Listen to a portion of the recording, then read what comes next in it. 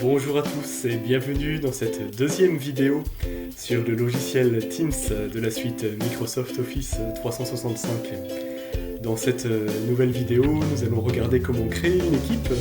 Il s'agit là d'un travail collaboratif plutôt dans la durée et comment y ajouter des membres, les petites bases de ces outils d'équipe. Alors nous voici dans le logiciel. Par rapport à la vidéo précédente, il s'agit bien là de la version installée sur un ordinateur et plus de la version en ligne, mais elles sont à peu près complètement identiques.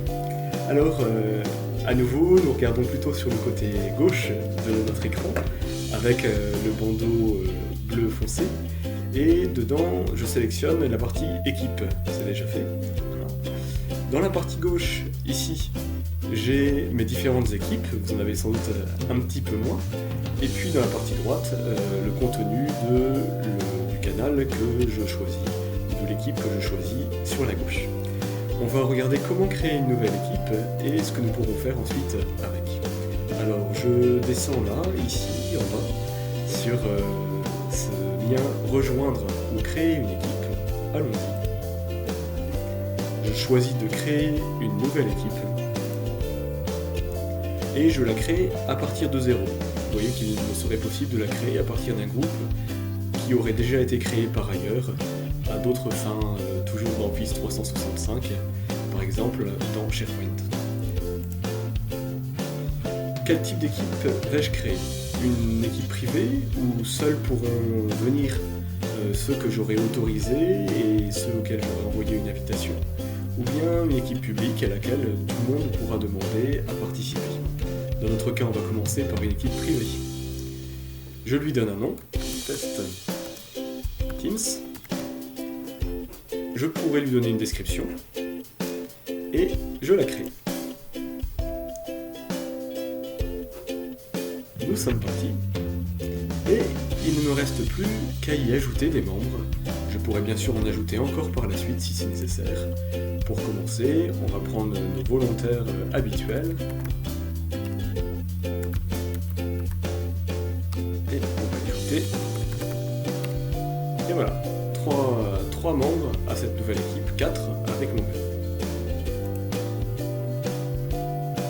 Les voici tous les 3 membres, vous voyez. Je peux, si je le souhaite déjà, les nommer propriétaires de l'équipe. Ça leur donne les droits d'administration sur l'équipe, on verra ça tout à l'heure. Puis, fermer. Et voilà, ma nouvelle équipe, elle est là. Vous le voyez, elle est apparue à la suite de mes autres équipes. Et à l'intérieur de chaque équipe, peuvent exister un ou plusieurs canaux, c'est-à-dire un ou plusieurs fils de discussion. Vous le voyez, par défaut, chaque équipe reçoit déjà un canal qui s'appelle Général. C'est celui qui est déjà sélectionné et qui apparaît sur ma droite. Dans ce canal, je peux commencer à discuter. Je tape bonjour. Et ça peut enclencher une autre discussion. Mais je peux aussi choisir, par exemple ici, de créer d'autres canaux ou d'ajouter d'autres utilisateurs. Créons un deuxième canal. Nous allons l'appeler test vidéo. Je peux lui mettre à nouveau une description, je peux lui donner un accès plus ou moins ouvert, et c'est parti. Voilà. Je vais par exemple pouvoir ici lancer une discussion vidéo avec tous les membres de l'équipe, qui se lancera automatiquement. Vous avez déjà là maintenant les bases du fonctionnement d'une équipe.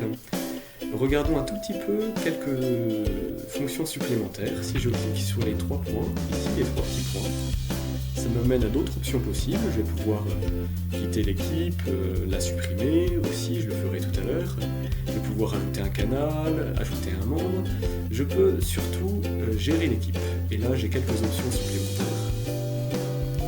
Vous voyez que je peux là aussi gérer les membres, leurs autorisations, éventuellement en ajouter.